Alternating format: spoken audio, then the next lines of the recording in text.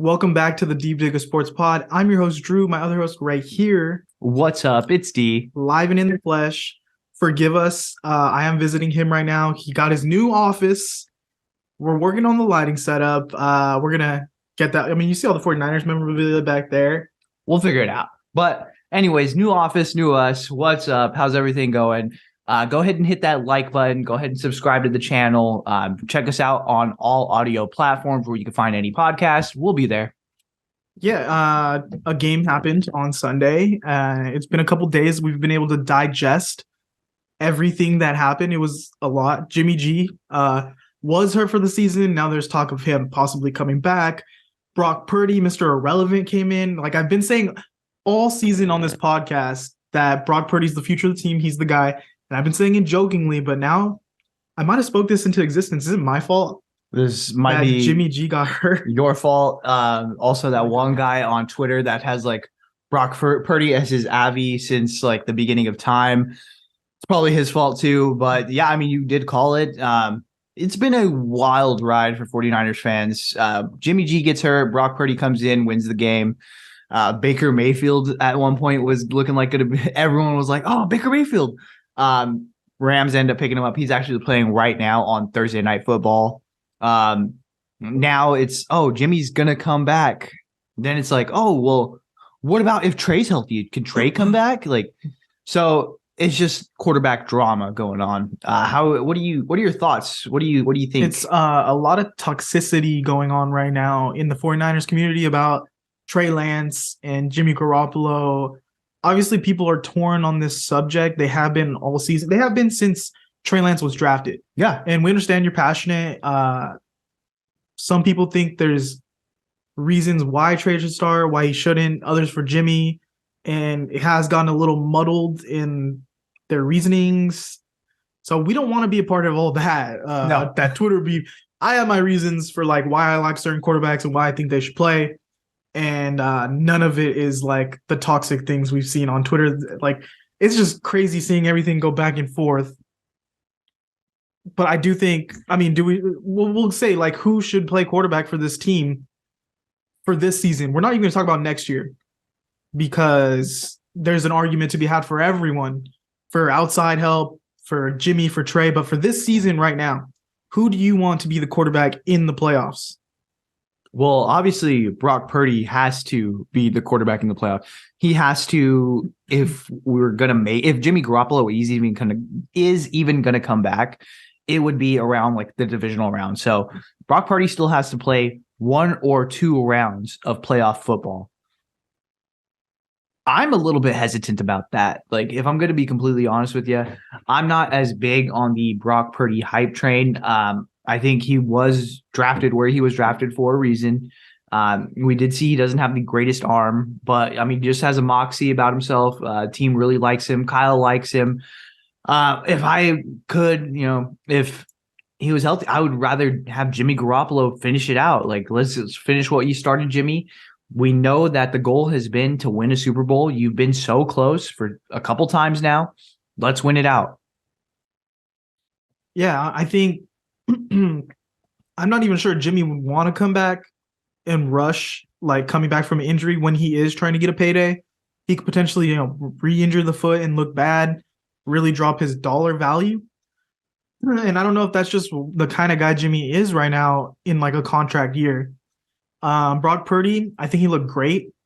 He obviously like wasn't throwing deep bombs, but he was slinging it, pressure in his face, fitting in tight windows at times.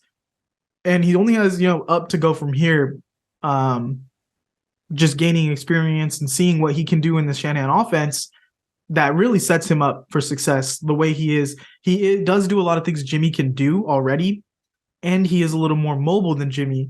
So he's it is like a Shanahan guy.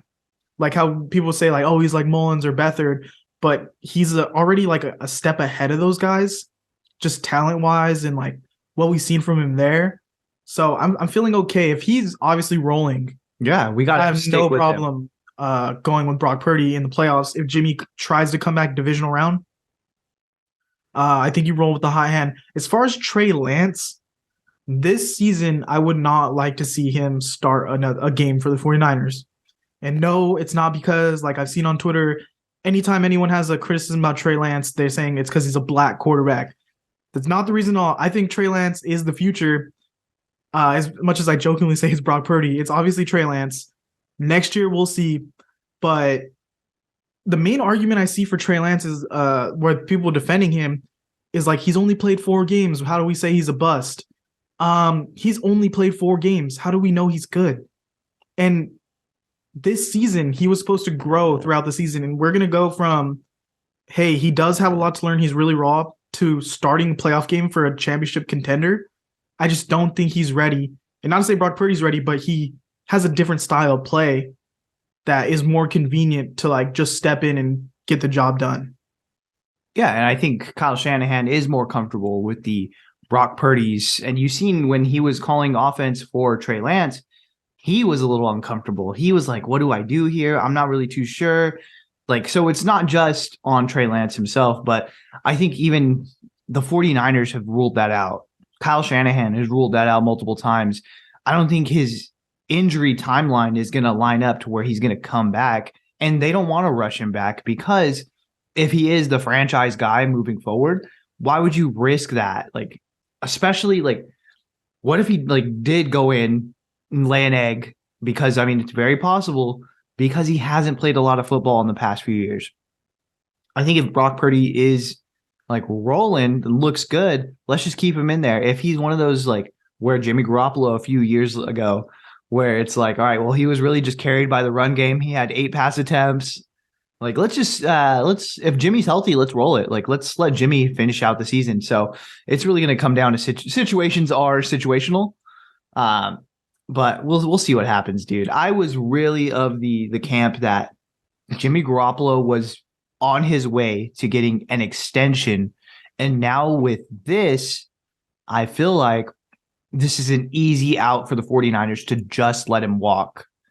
This is the easiest way to be like, hey, you know what? Jimmy, this is like was the perfect encapsulation of the Jimmy Garoppolo experience. So much promise. We're looking good. And then something just throws a wrench in the season. And that's just what it's been for the entire Jimmy Garoppolo, like since he's been with the 49ers. You just can't count on him, and just makes you think. It makes you look at Trey Lance and be like, all right, well, we did it for a reason, and this is the reason. So I think Garoppolo's done. I don't think he's going to come back, if I'm going to be completely honest with you. Say Brock plays mid. He's not anything special. He's not terrible. Jimmy G is healthy and Trey Lance is healthy. Who do you roll with in the wild card round? They're not, but I'd roll Jimmy. That's exactly what I'm saying. I don't see a very valid reason to roll with Trey Lance if Jimmy is healthy, or like we don't even know if Trey Lance is healthy, but say they both are. I think Jimmy over Trey for this season, because Jimmy was looking great. He was having his best season, and we just don't know what Trey is yet. Well, even then, I think it's an unfair spot to put a young guy in. Hey, we know you haven't played all season.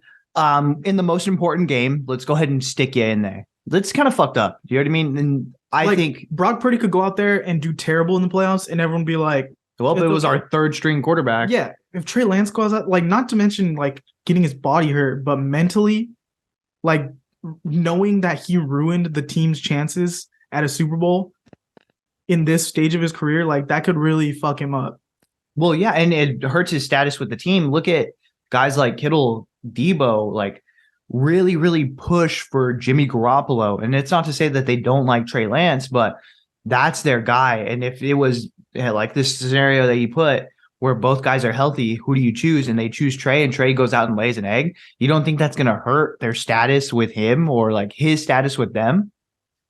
I'm just saying, like, I don't see a reason why after playing only 4 games and not playing really in college in 2 years, in 2 years, like 4 games.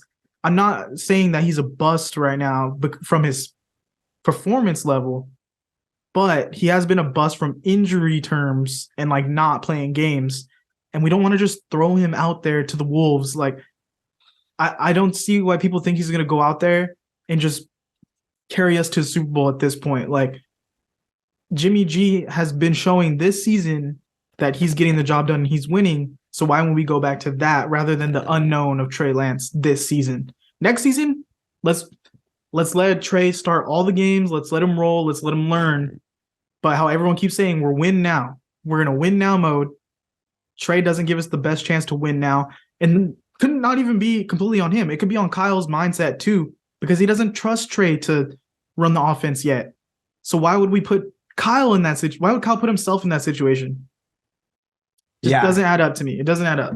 I don't know. Well, I think this is kind of a mute point. I think that both of them are not going to come back. I think it's going to be Brock Purdy for the foreseeable future, unless like something crazy happens and he sucks. And he he might end up doing that. Like, I'm a little bit skeptical about backup quarterbacks. I think you get 1, 2, if you're lucky, 3 games before the defense really figures you out. Because, all right, well, this one is, all right, game tape on Brock Purdy. Now, look at the Bucs are going to be preparing for a game against Brock Purdy. And then the next week, they're going to be preparing for another game with another week of tape on Brock Purdy. So you don't think they're going to try to find holes or what makes him uncomfortable? So it's just really hard. Look at the Carolina Panthers. They've had 3 backup quarterbacks pretty much, Baker Mayfield, PJ Walker, and Sam Darnold. And they both, like all 3 of them had like 1 or 2 games where they look good.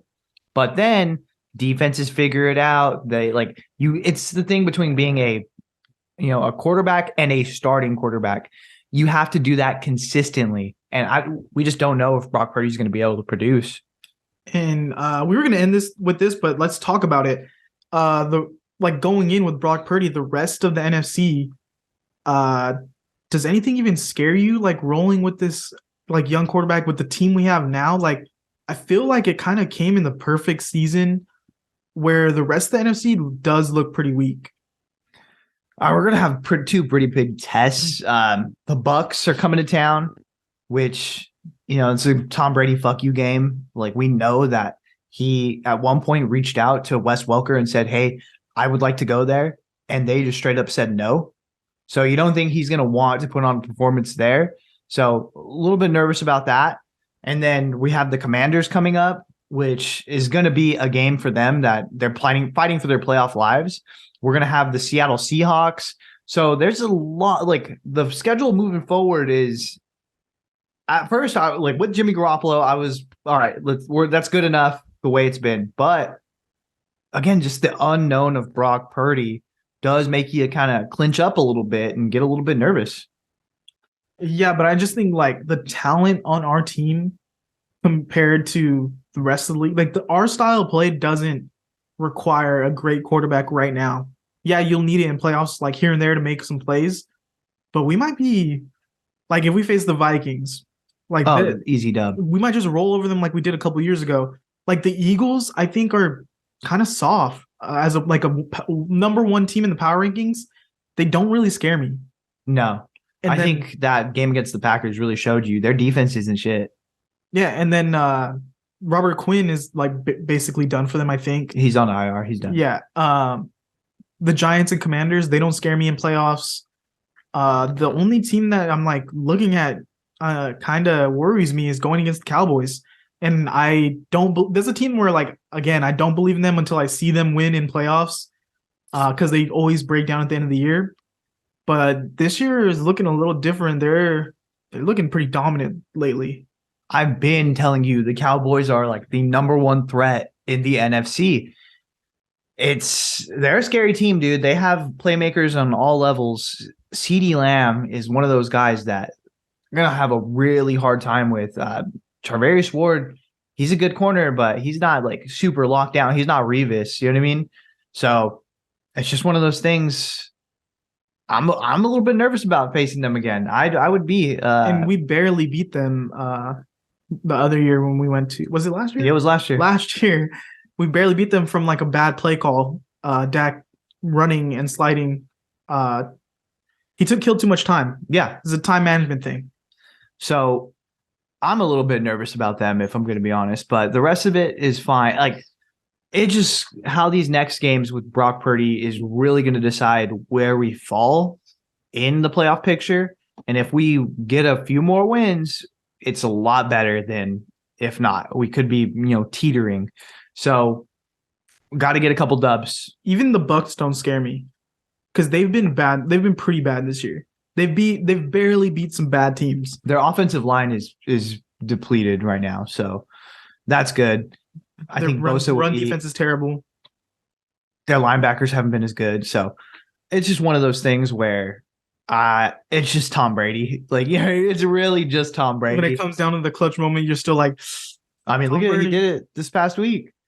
So, yeah, I think that's the team that you have kind of like waiting in the wings is the Cowboys. And you know that they would love a chance to take down these 49ers teams who like they have this rivalry, but don't have this rivalry with. It's going to be pretty nice.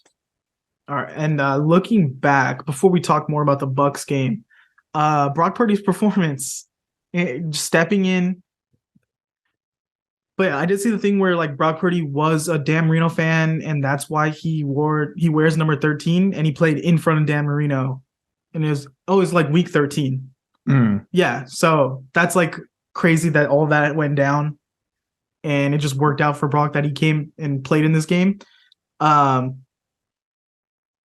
think he looked solid. Like there wasn't a lot of plays where I was like, oh shit, like this guy, he can't do it. He's gonna get pulled. No, I mean, he looked good, especially with like him making passes against the blitz. He's a little bit more mobile than Jimmy, so it looked nice to have him roll out of the pocket. And even when he didn't have enough time, he just set his feet and let it rip. He actually did look really good. And Fred Warner actually said afterwards, he was like, what do you mean? He faces the number one defense every week. So, I mean, as a rookie, like, what they say is like, oh, it's all about the getting up to NFL speed. And he's had a crash course in it this entire year playing against this defense in practice. So, he's been facing the number one team defense because he's been the scout team quarterback. So you don't think that, he's like, oh, well, this is how it is. So any defense that he's going to face is a step down from the 49ers defense. So that makes me feel a little bit better. But again, how I was saying, it's just that stigma of backup quarterbacks. You can do it a couple games, but you can't do it consistently. That's why you're the backup. So I'm hoping that his run is, a little bit longer than most. It would have been nice if he had been, I wouldn't say a little bit closer to the playoffs, because obviously we wouldn't want that to happen, but that's a lot of games for Brock Purdy to try to go out there and win consistently. I think, though, this is like a season where we're watching a lot of bad quarterback play around the league.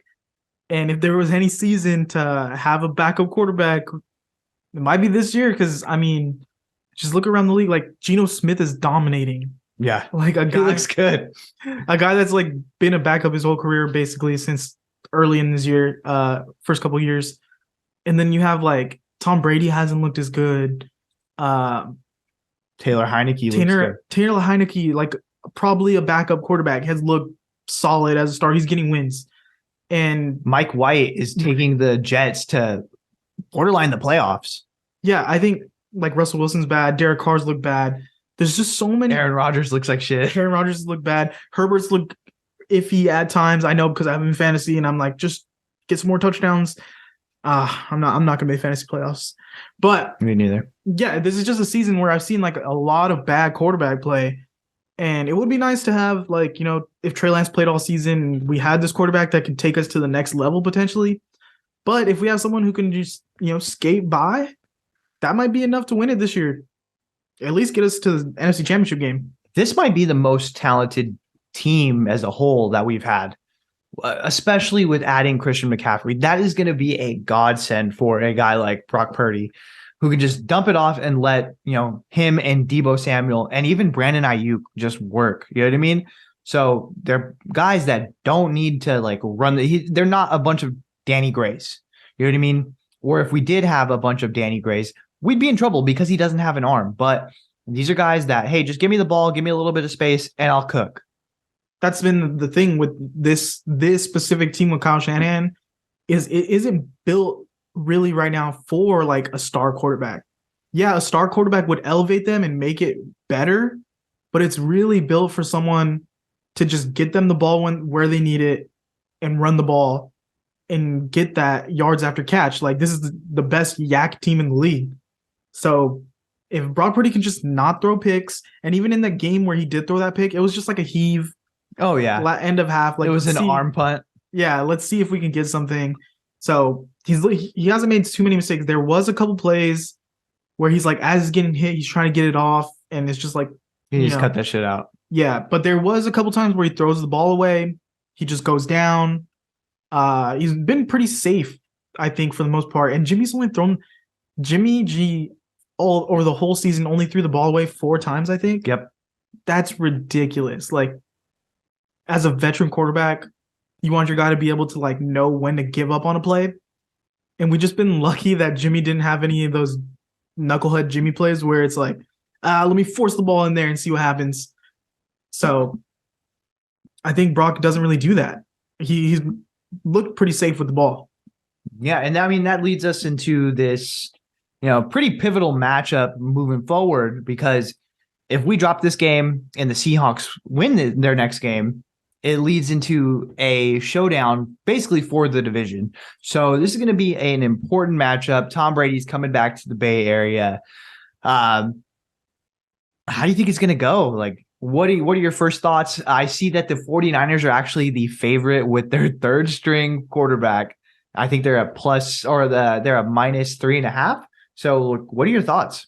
It's going to be crazy. Go ahead and make sure you subscribe, because we're dropping our diamond pick of the week on Saturday.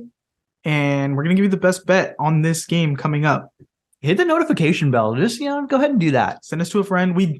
Just a quick shout out. We hit 100 subscribers. So thank you guys if you stuck through it all this time, or if you're new here. But yeah, going into this game, I think it's really big we have to keep winning. No matter how it looks, how bad our quarterback plays or whatever, we have to keep winning to stay ahead of Seattle. We don't want to start a losing streak here, have Seattle pass us, and then potentially, I know we're in a great spot, but if Washington beats us, we're on a losing streak, we could potentially get knocked out of the playoffs. Yeah. We'll be at that Washington game, by the way. We're going to be there. Hit us up. Let us know. But yeah, I think I'm not too worried about this Bucs game. We could drop it. We can lose this game if we want. And as long as we beat Washington and we beat Seattle, we're in. So those are really the big games on my calendar. But as for this game, Tom Brady doesn't really scare me this season. Yeah, the weapons scare me around him, but I haven't seen him look special like he has. And their O-line is not that good, and Nick Bosa is looking amazing. Oh, yeah, and that's really the matchup that it's going to be. It's not going to be Tom Brady versus, the DBs. It's going to be that O-line versus our D-line, and their O-line is depleted. So I feel like it's going to be a tough day for Tom Brady, especially because Bosa is looking amazing. He has to be the defensive player of the year. Like, he's looking amazing. So I think that, coupled with Eric Armstead coming back and him looking good in the mix, I think it's going to be a real tough sledding. Leonard Fournette has had a declined role in the offense. I think it's Rashad White. Mm-hmm. He's showed some flashes, which is cool, but it's different against this team. This DeMeco Ryans team is one that's coached up pretty well. So we'll see. And I'm not really too worried about their defense, but I'm kind of excited to see what adjustments Kyle's going to make for Brock Purdy and see what he's going to do a little bit different this week. Because in the NFL, if you do the same thing over and over and over again, eventually teams are going to catch on. So what wrinkles is he going to add into the game? What game plan is he going to use? Is he going to do another Christian McCaffrey heavy one? Is he going to go, hey, we're going to do more screens? I'm just looking forward to it. And it's just going to be interesting to see how aggressive Kyle Shanahan remains. It was so surprising to see how aggressive Kyle felt he could be with Brock Purdy. And I think that's another thing too why I don't feel comfortable with Trey Lance or Jimmy G coming back this year. The offense looked completely different with Brock Purdy in there. because Kyle is just like so comfortable being aggressive with him for some reason. I think it's the confidence of Brock Purdy that like, hey, you know, and hey, I've played in really big games before. I'm here for a reason. Like, he's not one of those guys who, like, oh, I was last pick. Everyone fucking hated me. He's like, no, I got drafted into the NFL. I'm an NFL quarterback. What's up? When I step on this field, that means that I am one of the best 32 people to ever play this position as of right now. So that I think not only pumps up the like rest of the players, but I think Kyle's like, yeah, fuck it. If you feel comfortable, go ahead, do it. So I think that's kind of what Kyle needs a little bit more of is like, hey, don't worry, coach. Just go ahead and call it. Go ahead and let's run this offense. Yeah, and he wasn't like some unknown guy coming out of college. Like he was that guy. He was kind of like a local celebrity at Iowa State. So he was big guy on campus. Like when you see those like kind of cartoonish like versions of quarterbacks are like, oh, everyone loves this guy. He's like most famous person in town. Like that was that guy. So he's definitely comfortable being the leader of the locker room. And you seem like I saw that tweeted out that Brandon Ayuk was saying Brock Purdy told everyone in practice like, hey, let's tighten up. Let's get this going. So they feel comfortable already with him being in charge and like he has the presence to say, hey, like we're not here to cut a paycheck. We're here to like get better.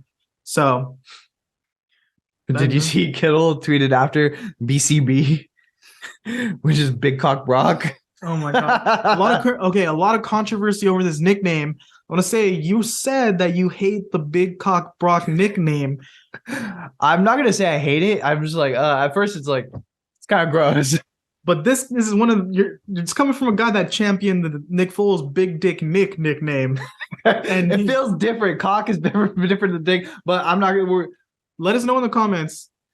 Is Big Dick Nick any different than? Was it Big Cock Brock? Yeah. That's the debate. Or is it Mr. Relevant? Because he was irrelevant. Now he's super relevant. I don't like that one. It just I like it. I like it to like champion it a little bit. I just like Mr. Irrelevant. Like just keep it irrelevant. Keep it as irrelevant. Because then he's like defying the name, you know? Shut up. It doesn't matter. But I think that's all we have for this week. I'm glad we ended on a serious note. Go ahead and subscribe, like, comment. We're gonna be at the Washington Niners game, so Christmas Eve. I just got tatted.